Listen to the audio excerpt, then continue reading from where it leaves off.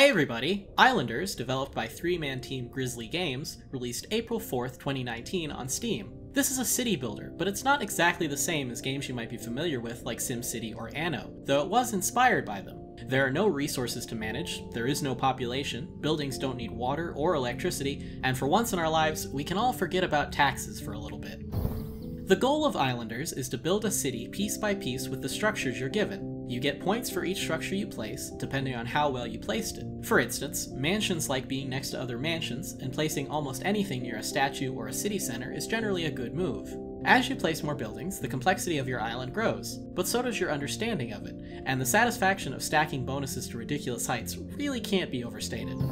Every structure is basically a square, or made out of squares, so everything slots neatly together in a way that is both visually and mechanically appealing. Small neighborhoods grow into towns, then cities, according to your vision, and with each island being procedurally generated, and laid out in a way that is not a perfect grid, each island is going to be different. There's never going to be one perfect way to build an island, only your way.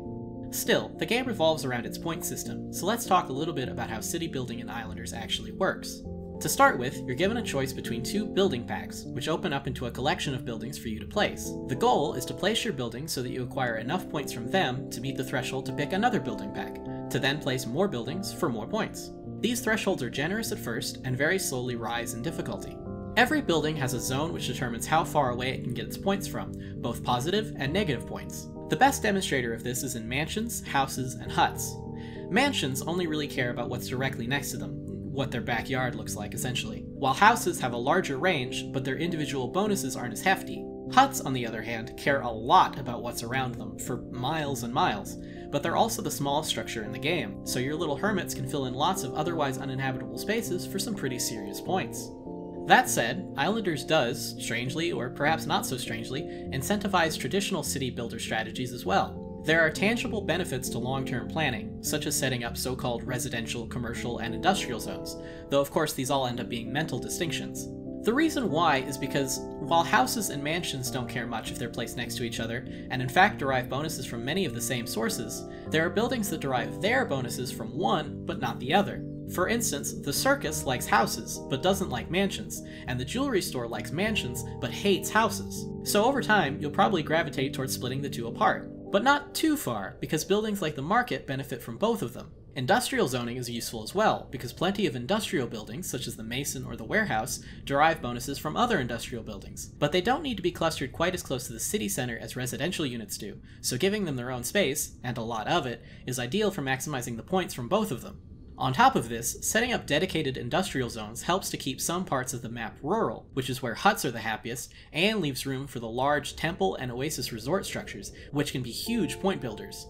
The synergies between buildings, and the interconnectedness that can arise naturally between your self-assigned zones, is really remarkable. It's intuitive and elegant, and the small scale of the maps really makes you appreciate it.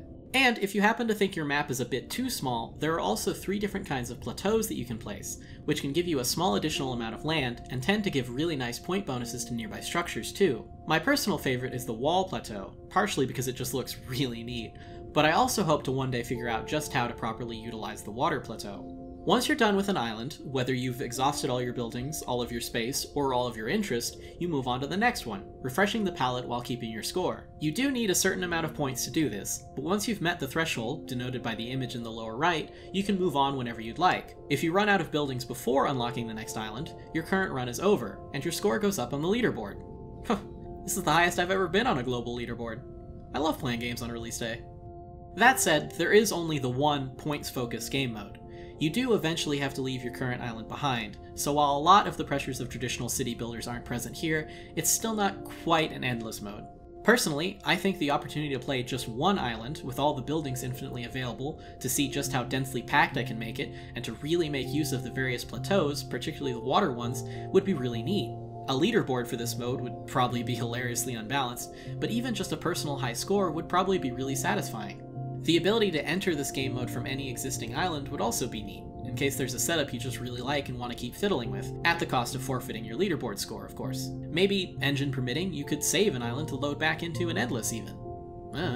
Islanders would also probably benefit from some sort of building encyclopedia, some sort of tab you could open up to quickly check the bonuses of all the buildings you might not have in your inventory at the moment. I tend to forget, for instance, which buildings benefit from having a warehouse around, which would be helpful information for when I'm placing my warehouse, particularly considering that some bonuses don't go both ways. Still, Islanders is a fantastic, incredibly chill game, from the visuals, to the music, to the unpressured gameplay. I accidentally played 5 hours of it straight, too, so you could definitely get a lot out of it. Quit anytime, pick up anytime, do one island at a time, or push straight through to the leaderboard. The islands are your oyster.